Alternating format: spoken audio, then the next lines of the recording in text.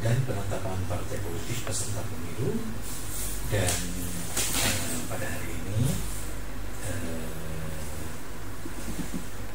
11 Agustus 2022 di studio kami telah hadir Bapak Jajang Jamaluddin SAG yang akan mengupas tuntas tentang sosialisasi. Selamat pagi jelang siang Pak Jajang. Selamat pagi. Assalamualaikum. Saya ulangi, selamat pagi jelang siang Pak Jajang. Selamat pagi. Assalamualaikum Mas Bri. Waalaikumsalam warahmatullahi wabarakatuh.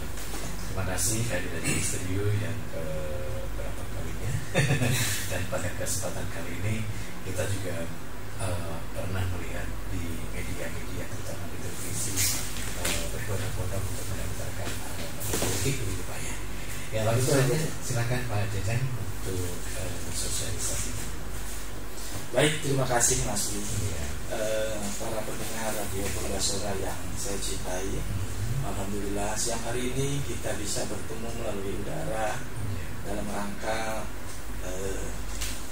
berbagi informasi atau apa istilahnya sosialisasi terkait dengan peraturan KPU nomor 4 ini, yaitu tentang pendaftaran, verifikasi dan penetapan partai politik peserta pemilu 2024. Dan hari ini adalah sudah masuk tahapan pertama, yaitu tahapan pendaftaran, verifikasi dan penetapan partai politik. Tahapan ini masih cukup panjang, yang sudah tahapan ini. Dari mulai diumumkan sampai ditetapkan itu kurang lebih 5 bulan. Oh, 5 bulan. Iya, kurang lebih 5 bulan. Iya. Jadi sebelumnya KPU RI mengumumkan terkait pendaftaran mulai tanggal 29 Juli sampai dengan 31.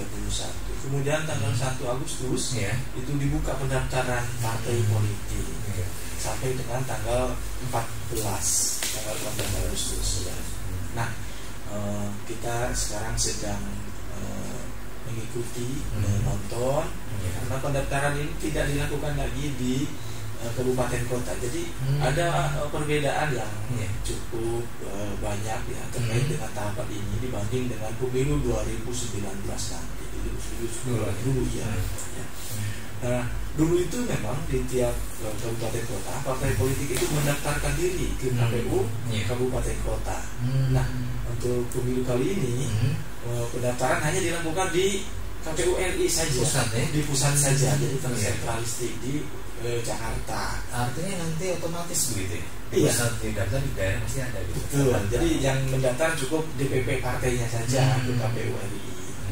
Dan partai di tingkat kabupaten itu hanya melengkapi persyaratan, melengkapi dokumen-dokumen dari mulai ke SK-SK kepengurusan, dokumen kantor, dan juga keanggotaan. Itu KTP dan KTA itu tidak lagi diserahkan hard copy-nya ke KPU. Jadi cukup di-scan dan di-upload aja melalui sistem, yaitu ada namanya Sipol. Jadi mereka sama sibuknya kerja partai di tingkat kabupaten itu melengkapi persyaratan-persyaratan dan dikirimkan melalui Sipol. Jadi tidak lagi dulu itu memang manual, manual memakai apa box container. Iya. Berarti KPU juga tidak harus menyediakan opinion karena cukup melalui aplikasi. Betul. Keuntungannya lebih murah, lebih cepat, lebih mudah, lebih efisien, tetapi tetap akuntabel, bisa dipertanggungjawabkan. Jadi hari ini istilahnya paperless lah, tidak ada hard copy yang diserahkan selembar pun ke KPU kabupaten kota itu. Iya, tinggal buka ininya aja aplikasinya ya. Iya. Kemudian kalau di pusat ya, seperti yang disaksikan di atau televisi adanya koalisi ini bagaimana Pak? Kalau bisa dijelaskan. Iya. Sepertinya belum ke sana. Saya ingin menjelaskan saja terkait dengan tahapan ini. Oh iya.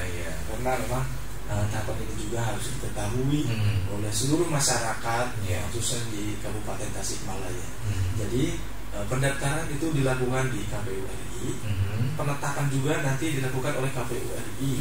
Nah, tahapan yang kita laksanakan nanti di kabupaten kota adalah verifikasi. Nah, verifikasi ini memang dilakukan oleh KPU RI, KPU provinsi dan juga KPU kabupaten kota. Semuanya mengerjakan verifikasi ini. Nah, pendaftaran yang dilaksanakan nanti berakhir pada tanggal 14. Nah, KPU Kabupaten Tasikmalaya akan mulai melakukan verifikasi administrasi mulai tanggal 16. Mulai tanggal 16 itu akan melakukan verifikasi administrasi. Nah, verifikasi administrasi ini tentunya kita hanya sifatnya membantu melaksanakan tugas dari KPU RI. Dan ini dilakukan melalui sistem. Jadi ada mekanismenya dan juga sistem yang digunakan adalah SIPOL. Jadi dilakukan verifikasi dengan melalui SIPOL. Kemudian Pak, misalnya ada kekurangan juga KPU memberikan waktu yang untuk memperbaiki atau juga melengkapi kekurangan itu. Ya, betul. Mas Lee, ini kalau ini Pak, tahapan sekarang ini memang tahapan yang cukup indah gitu. Jadi ketika partai politik mendaftar, nah kemudian kan KPU RI akan melakukan penelitian apakah lengkap atau tidak. Nah, kalau tidak lengkap itu dikembalikan, kalau lengkap itu diterima dan dilanjutkan dengan dilaksanakannya verifikasi. Nah, verifikasi ini tentunya dilaksanakan oleh KPU provinsi, KPU RI dan KPU kabupaten kota. Nah, hasilnya nanti ada yang MS, artinya memenuhi syarat, dan ada yang BMS, belum memenuhi syarat. Nah, yang belum memenuhi syarat ini akan dikembalikan lagi ke partai politik untuk dilakukan perbaikan, Nah, sementara yang MS itu menunggu di Perpak. Nah, yang belum memenuhi syarat itu dilakukan perbaikan, dikembalikan ke partai politik. Setelah itu, setelah lengkap dikembalikan lagi ke KPU RI, dilakukan kembali verifikasi administrasi. Nah, hasilnya nanti TMS dan MS, artinya memenuhi syarat dan tidak memenuhi syarat. Yang memenuhi syarat ini akan dilanjutkan dengan verifikasi faktual. Begitupun verifikasi faktual, nanti ada yang memenuhi syarat dan ada yang belum memenuhi syarat. Yang belum memenuhi syarat tentunya akan dikembalikan ke partai politik untuk dilengkapi dan dikembalikan lagi ke KPU RI. Sama, putaran keduanya juga akan dilakukan verifikasi faktual dan setelah itu final. Ada yang MS memenuhi syarat dan ada yang TMS tidak memenuhi syarat. Tentunya yang memenuhi syarat itu akan ditetapkan sebagai peserta pemilu, akan diikutkan dalam undian nomor urut dan akan diumumkan kepada masyarakat bahwa partai tersebut adalah peserta pemilu 2024.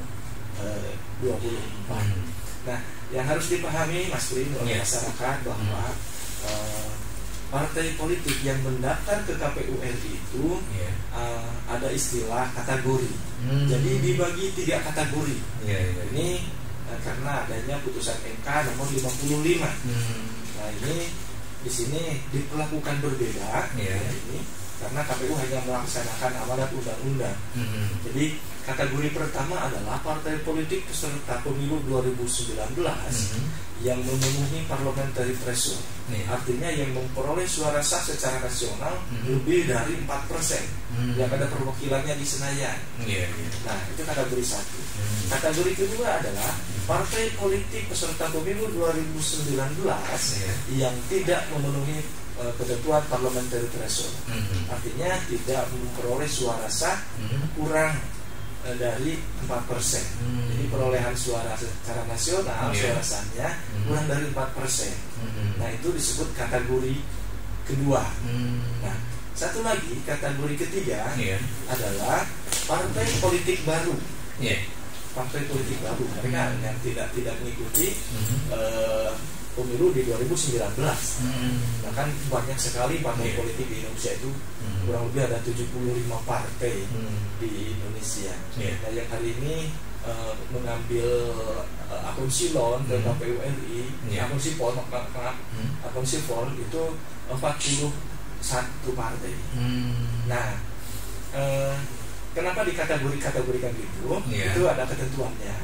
Yang pertama, yang kategori 1 yang punya perwakilannya di Senayan, yang memperoleh suara sah lebih dari 4% itu hanya akan dilakukan verifikasi administrasi saja. Jadi tidak lagi dilakukan verifikasi faktual. Nah, kategori kedua sama kategori ketiga, partai baru dan partai yang tidak lolos ketentuan parliamentary threshold, itu akan dilakukan verifikasi administrasi dan verifikasi faktual. Nah, itu yang membedakan. Jadi dari 3 kategori itu.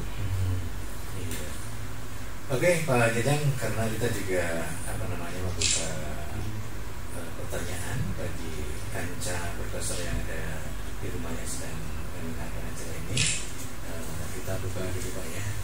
Ini sudah ada yang masuk dari WhatsApp dari Iwan Pati ini. Assalamualaikum, waalaikumsalam, selamat pagi menjelang siang Mas Diri dan Bapak dari KPU sebagai narasumber. Saya Iwan Pati Mangkubumi mau menanyakan mengenai keanggotaan partai. Ketika misalkan di sipol KPU terdaftar ganda keanggotaan partainya, bagaimana cara pengundurannya dari salah satu partai tersebut? Sekian, terima kasih. Bagaimana? Ya, baik. Tentunya itu yang menjadi potensi terjadi kegandaan keanggotaan partai. Jadi bisa jadi satu orang itu terdaftar di 2 partai. Nah, ini secara administrasi kita lakukan verifikasi. Jadi ada ketentuan bahwa harus nanti kita konfirmasi, ini diklarifikasikan. Jadi salah satu partai politik harus menyampaikan surat pernyataan melalui sipol. Nah, yang menyampaikan surat pernyataan melalui sipol berarti partai tersebut yang berhak mengakui atau mengklaim bahwa orang tersebut keanggotaannya ada di partainya. Iya. Nah, kemudian bagaimana kalau misalnya kedua-duanya partai tersebut melampirkan surat pernyataan? Surat pernyataannya itu sudah ada di sipol gitu. Nah, bagaimana kalau kedua-duanya menyertakan surat pernyataan? Maka KPU akan memanggil LO-nya untuk mendatangkan orang tersebut dan untuk memilih salah satunya. Kemudian kalau misalnya tidak bisa dihadirkan dan tidak ada pernyataan apa, maka itu dianggap tidak memenuhi syarat. Dicoret dari kedua-duanya ya. Iya. Karena tidak mungkin dua-duanya saling mengklaim kemudian kedua-duanya diakomodir. Baik, Kang Iwan Pari yang ada di Mangkubumi, mungkin yang lainnya juga bisa bertanya langsung pada narasumber kami dari KPU Kabupaten Tasikmalaya. Dan pada saat ini mengenai yang diangkat topik kali ini, yaitu peraturan KPU nomor 4 tahun 2022 tentang pendaftaran, verifikasi dan penetapan partai politik peserta pemilu. Ya, terus kemudian apa lagi Pak yang harus diperhatikan terutama pada masyarakat yang juga kurang biasanya kan tidak peduli ya masalah pendaftaran ini, tapi nanti pengen tahu calonnya aja calonnya padahal banyak sekali yang harus diperhatikan oleh masyarakat. Yang pertama terkait dengan tadi masalah keanggotaan. Jadi sekarang masyarakat bisa secara langsung mengakses, mengecek dirinya apakah saya ini dicatut enggak oleh salah satu partai politik. Ada enggak nama saya di salah satu partai politik. Ya kalau misalnya tidak merasa silakan gitu mengecek melalui info pemilu.kpu.go.id. Jadi bisa di situ kita mengecek keanggotaan. Terus kemudian komplainnya ke mana itu, Pak? Komplainnya boleh melalui ini ke KPU, nanti akan disampaikan ke KPU ini. Iya, itu menyangkut pertanyaan Kang Baik juga ya. Baik, Pak Jeding, terima kasih banyak apa materi yang akan disampaikan. Namun sejenak kita rehat untuk menikmati sebuah lagu berikut ini. Mantap Pak ya. Pak, mungkin nanti sesi selanjutnya Bapak ngelanjutin itu aja Pak. Apa? Yang kedua kantor, yang ketiga keanggotaan. Nah, verifikasi administrasi kepengurusan dan kantor itu dilakukan oleh KPU RI. Dilihat pemenuhannya, karena kepengurusan kan untuk di tingkat kabupaten kota minimal 50%. Harus ada, berarti minimal di 20 kecamatan harus ada perwakilan kepengurusan partai politik. Nah, begitu juga verifikasi administrasi kantor itu dilakukan oleh KPU RI. Nah, yang dilakukan verifikasi administrasi tingkat kabupaten adalah terkait keanggotaan saja. Keanggotaan, ya. Nah, keanggotaan ini jadi apa saja yang diverifikasi ya. Yang pertama adalah mengenai daftar nama anggota yang diinput di Sipol, yang diinput di Sipol itu disesuaikan dengan KTA dan KTP. Tentunya juga yang ada yang sudah diupload di Sipol, sesuai tidak. Nah, itu yang kita verifikasi. Kemudian juga terkait dengan dugaan ganda. Nah, dugaan ganda ini ada beberapa kategori. Jadi ada keanggotaan ganda identik, ada potensi keanggotaan ganda, dan ada potensi keanggotaan ganda antar partai. Nah, keanggotaan ganda identik dalam satu partai yang sama, ini tentunya dengan sangat mudah sistem akan bekerja. Jadi misalnya salah satu nama Asep itu tercantum 10 dengan elemen data yang sama, tentunya yang 9 akan dicoret, yang diakomodir satu saja. Kemudian ada lagi potensi keanggotaan ganda dalam partai yang sama, hanya berbeda beberapa elemen datanya saja, misalnya dengan NIK yang sama tetapi namanya yang berbeda, jenis kelaminnya misalnya berbeda, itu juga potensi keanggotaan dalam itu. Dan itu juga sama akan kita verifikasi. Kemudian ada lagi potensi keanggotaan ganda antar partai tadi. Bisa jadi satu orang terdapat di 2 bahkan lebih mungkin terdapat di beberapa partai. Tapi Pak, itu pernah terjadi di kabupaten misalnya? Iya, itu sering terjadi itu. Nah, kemudian juga yang kita verifikasi adalah terkait dengan status pekerjaan. Karena ada beberapa pekerjaan yang tidak dilarang oleh undang-undang untuk menjadi anggota partai atau pengurus partai. Dan diantaranya kan TNI, Polri, ASN kan tidak boleh, kepala desa, dan juga jabatan lain yang dilarang oleh undang-undang ada. Nah, itu juga kita verifikasi. Kemudian juga yang kita verifikasi terkait dengan usianya kan harus 17 tahun. Ya, kemudian status perkawinan. Jadi status perkawinan ini kan untuk menjadi syarat pemilih, pertama usianya 17 tahun.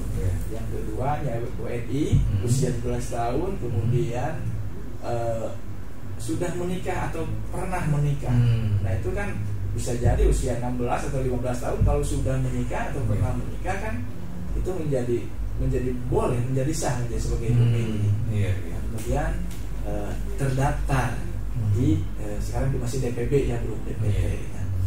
Nah, itu terkait status perkawinan itu juga sama, akan kita verifikasi apakah yang bersangkutan dari usianya sudah mencapai 17 tahun atau belum. Itu akan kita hitung sejak mendaftar. Nah, kemudian nomor NIK ini dicek. Jadi ada nomor NIK ini akan kita lakukan pengecekan di DPP, data pemilih berkelanjutan. Harus terdaftar di situ. Kalau tidak terdaftar artinya ya tidak memenuhi syarat. Tidak memenuhi syarat. Dan juga KPU akan melakukan pengecekan nih ke Disduk, betul. Ke Disduk. Apakah NIK ini bodong atau tidak? Jangan-jangan NIK ini tidak terdaftar di Disduk. Boleh saja gitu. Nah itu yang akan dilakukan oleh KPU kabupaten. Jadi akan dilakukan melalui sistem dan juga akan dilakukan melalui manual gitu kan di dalam sipol itu. Jadi kewenangan KPU kabupaten kota hanya sebatas tadi verifikasi keanggotaan saja, iya. Kecuali nanti dalam verifikasi faktual, verifikasi faktual memang semua tingkatan melakukan. KPU RI, KPU provinsi juga melakukan, KPU kabupaten kota juga melakukan verifikasi faktual. Jadi nanti kalau yang di faktual itu betul-betul akan kita datangi kantornya, kita cek nama-nama pengurusnya, itu kan, bahkan kita cek kedudukan dan status kantornya apakah itu sewanya berapa bulan, karena undang-undang mensyaratkan minimal harus sampai akhir tahapan kantor itu harus ada pernyataan bahwa kantor tersebut akan digunakan sampai dengan akhir tahapan. Sama itu tiap tingkatan KPU akan melakukan verifikasi faktual, karena di provinsi juga ada kepengurusan, kabupaten kota ada, pusat sudah jelas pasti ada. Sama itu nanti semua akan kita lakukan verifikasi faktual, kita datangi.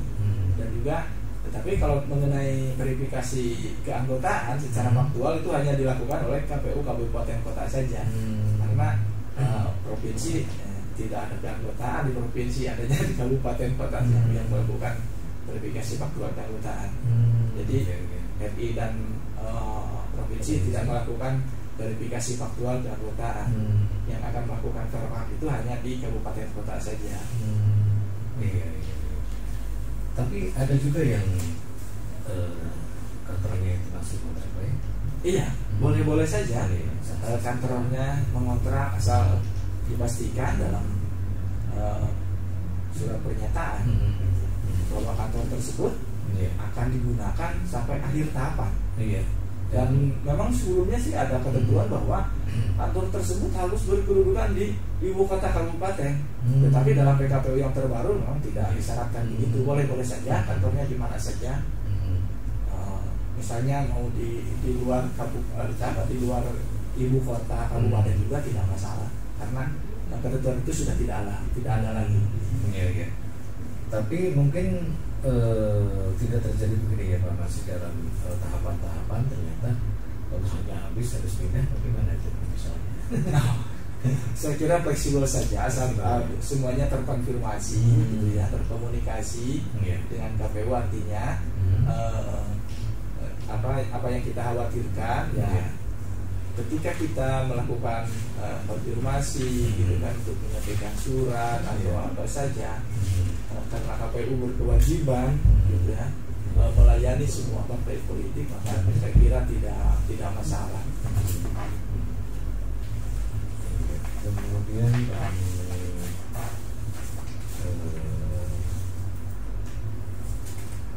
perbaikan, verifikasi perbaikan Pak ya. Iya. Itu juga kewenangan dari verifikasi perbaikan ini tentunya tidak bisa dilakukan hanya di tingkat pusat saja di DPP. Jadi ketika ada kekurangan persyaratan perbaikan, itu DPP akan memerintahkan masing-masing parpol ya, DPP-nya akan memerintahkan kepada partai politik di tingkat kabupaten kota untuk melakukan langkah-langkah perbaikan. Dan langkah-langkah perbaikan tersebut tentunya akan dilakukan melalui sipol dan akan disampaikan melalui sipol.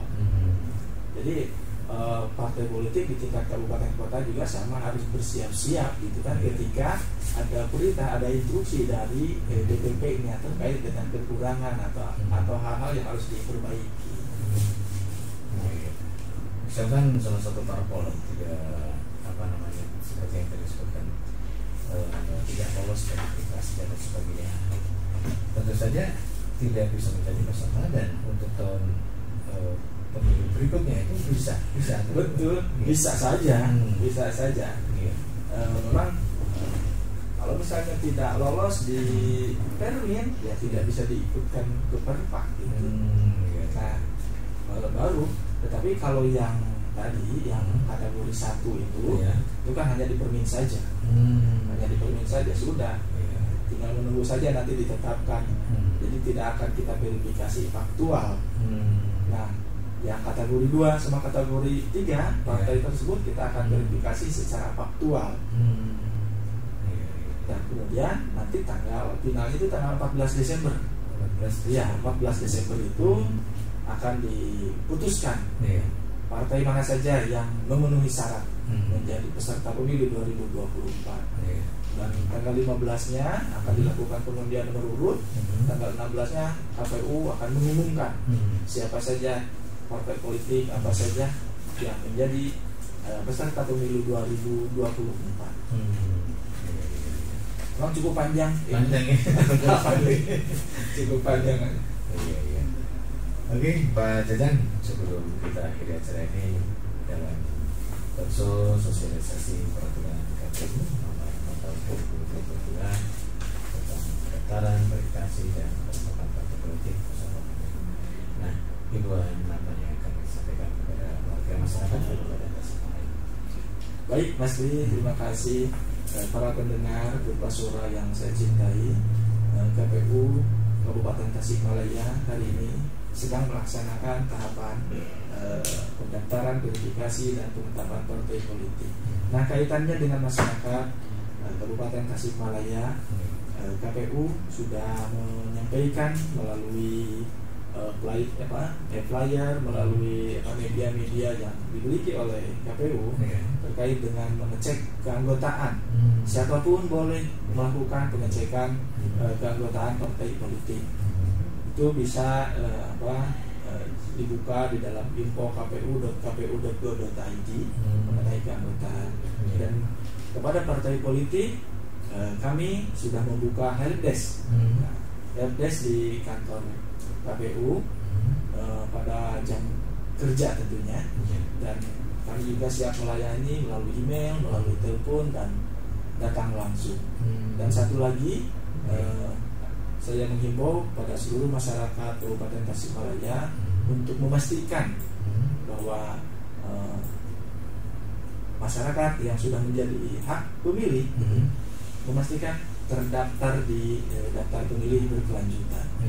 Itu tinggal dibuka di peduli hakmu, lindungi hakmu. Lindungi hakmu. Jadi ada aplikasi ya, tinggal di Play Store ya, di Play Store ada lindungi hakmu. Nah, di situ kita bisa mengecek nama kita apakah sudah terdaftar dalam data pemilih berkelanjutan. Kalau sudah, kita juga bisa mengecek itu kita ada di TPS mana, di alamat mana, dan jumlah pemilih di sana berapa. Bisa dibuka di dalam lindungi hakmu. Itu saja mungkin Pak Mas Bri. Terima kasih atas perhatiannya. Mohon maaf atas kekurangannya. Assalamualaikum warahmatullahi wabarakatuh. Waalaikumsalam warahmatullahi wabarakatuh. Terima kasih Bapak Jajan Jamaludin SAG. Dia dari KPU Kabupaten Tasikmalaya dalam menyampaikan sosialisasi peraturan KPU nomor 4 tahun 2022